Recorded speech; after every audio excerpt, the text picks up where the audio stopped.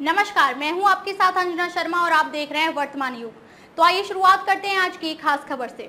आचार्य सुधांशु महाराज के विराट भक्ति सत्संग महोत्सव में शामिल हुए श्री महंत नारायण गिरी महाराज। महाराज श्री बोले, आचार्य सुधांशु महाराज जैसे सिद्ध व तपस्वी संत के प्रवचन सुनने का सौभाग्य ईश्वर कृपा से ही मिलता है। आचार्य सुधांशु महाराज में संत के साथ माता पिता के दर्शन भी होते हैं। आचार्य प्रमोद कृष्णम ने कहा, परमात्मा के साथ अपना संबंध जोड़िए। आचार्य सुधांशु महाराज ने कहा। विश्व जागृति मिशन मंडल गाजियाबाद द्वारा रामलीला मैदान घंटा घर में आचार्य सुधांशु महाराज के 4 दिवसीय विराट भक्ति सत्संग महोत्सव का आयोजन किया जा रहा है। महोत्सव के तीसरे दिन श्री दुधेश्वर पीठाधीश्वर दिल्ली संत महामंडल के राष्ट्रीय अध्यक्ष श्री पंच दशनाम जूना अखाड़ा के अंतर्राष्ट्रीय प्रवक्ता व हिंदू यूनाइटेड फ्रंट के अध्यक्ष श्री महंत नारायण गिरी महाराज मुख्य अतिथि व कल की पीठाधीश्वर आचार्य प्रमोद कृष्णम विशिष्ट अतिथि के रूप में शामिल हुए। उत्तर प्रदेश सरकार के राज्य मंत्री नरेंद्र कश्यप व लोनी के विधायक नंद किशोर गुर्जर भी मौजूद रहे। आचार्य सुधांशु महाराज ने श्री महंत नारायण गिरी महाराज व आचार्य प्रमोद कृष्णम उनका स्वागत अभिनंदन किया। श्री महंत नारायण गिरी महाराज ने कहा कि गाजियाबाद के निवासी बहुत ही सौभाग्यशाली हैं कि उन्हें आचार्य सुधांशु महाराज जैसे सिद्ध व तपस्वी संत के प्रवचन सुनने का अवसर मिला है। आचार्य सुधांशु महाराज ऐसे सरल संत हैं जिनके प्रवचन सुनने वाले के सीधे हृदय में उतर जाते हैं, जिससे जीवन ही बदल जाता है। उनके प्रवचनों ने भारत ही नहीं दुनिया भर के लोगों के जीवन को ज्ञान, अध्यात्म व भक्ति के उजाले से प्रकाशित करने का कार्य किया है। उनका व महाराज श्री का संबंध बहुत पुराना है और उन्हें जब भी मौका मिलता है वे उनके प्रवचनों का श्रवण अवश्य करते हैं। भक्ति व अध्यात्म की नहीं सेवा कार्यों में भी मिसाल कायम कर रहे हैं। हजारों बच्चों के जीवन में आज वे शिक्षा का उजाला भर रहे हैं। जरूरतमंदों की मदद करने से लेकर गौ सेवा आदि के कार्य कर रहे हैं और पूरे विश्व में सनातन धर्म की पताका फहरा रहे हैं। आचार्य प्रमोद कृष्णम ने कहा कि वैसे तो सारे संत ही आदर सम्मान व श्रद्धा के पात्र हैं, मगर उनके लिए आचार्य सुधांशु महाराज उनके लिए सबसे अलग हैं, क्योंकि उनके अंदर उन्हें संत के साथ ही अपने माता पिता के दर्शन भी होते हैं। कल के पीठाधीश्वर धाम की स्थापना के दौरान महाराज श्री उनकी चिंता ऐसे ही करते हैं जैसे माता पिता करते हैं। ऐसे संत के प्रवचन श्रवण करने से जीवन धन्य हो जाता है। आचार्य सुधांशु महाराज ने कहा कि जीवन लगातार नदी के प्रवाह की तरह बह रहा है। जो चल बह गया वह वापस नहीं आता, जो बीत गया वह बीत गया। अब कुछ नया सोचने का समय आ गया है। जीवन का समय बेहद कीमती है, रिश्ता कीमती है, लेकिन उसका पता उसके खो जाने पर ही चलता है कि कितना कीमती था। मनुष्य का देह मिलना आसान नहीं होता है। यही सही समय है, सही मौका है कि हम खुद को बदल सकते हैं। परमात्मा के साथ अपना संबंध जोड़िए। परमात्मा दया निधान है, कृपा निधान और संकट मोचक है और वे हम सबके सभी कष्ट व संकट दूर कर देंगे। मुझे संत के दर्शन से पहले मुझे अपनी माँ और अपने पिता का दर्शन।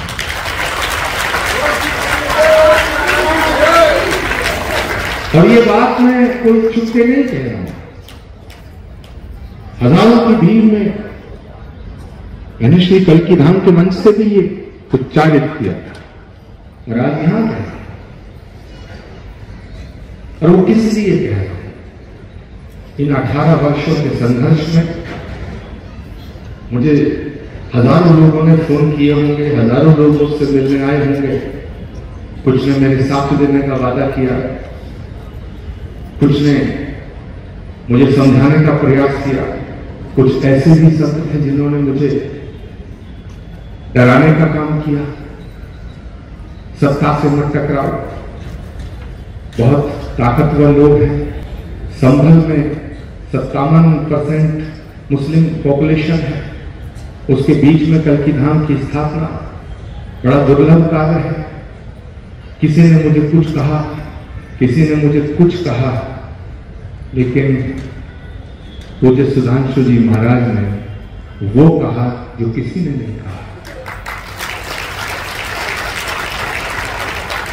पूज्य महाराज श्री से जब जब मेरी बात होती थी, जब जब मेरी बात होती थी,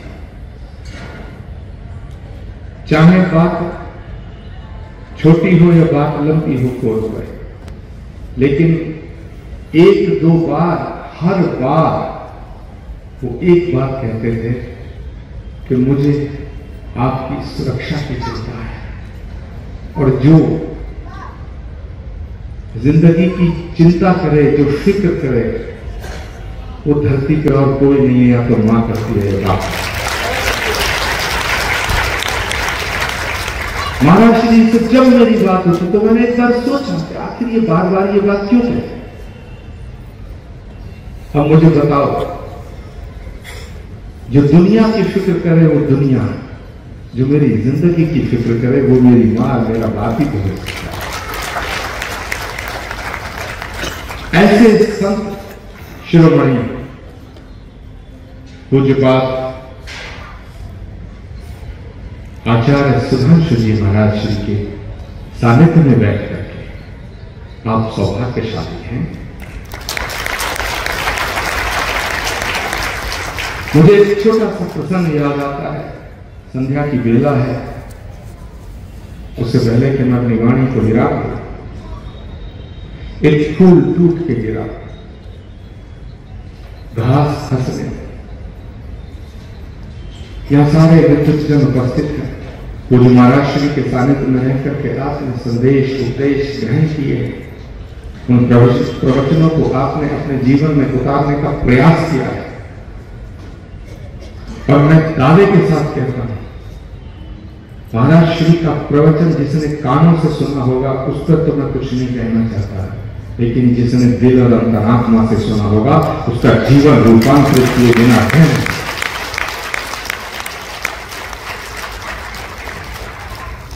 आज टेलीविजन पर बहुत कथाएं सुनते हैं आप लोग, कथाओं का दौर, सनातन का दौर, भजन का दौर, सत्संग का दौर।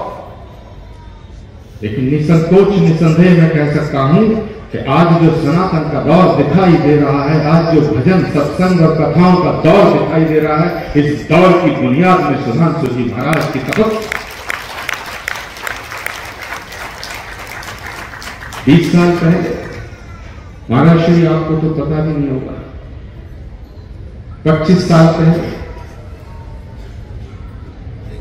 मुझे नहीं लगता कि इस देश के किसी शहर में कोई घर सनातन के प्रेमियों का ऐसा बचा हो जिस घर में आपका सत्संग और आपका भजन न करे।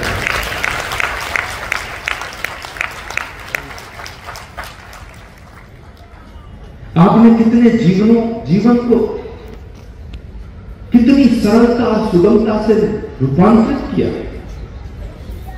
आपने कितनी जिंदगियां बदली, आपने कितने ही आंगन में फूल खिलाए हैं, कितने दामन हैं जो खुशियों से भर दिए, और जो किसी के दामन को खुशियों से भर दे, किसी के आंगन में फूल खिलाए, जो किसी के जिंदगी के दर्द को मुस्कुराहट में परिवर्तित कर दे, उसका नाम सुधांशु जी।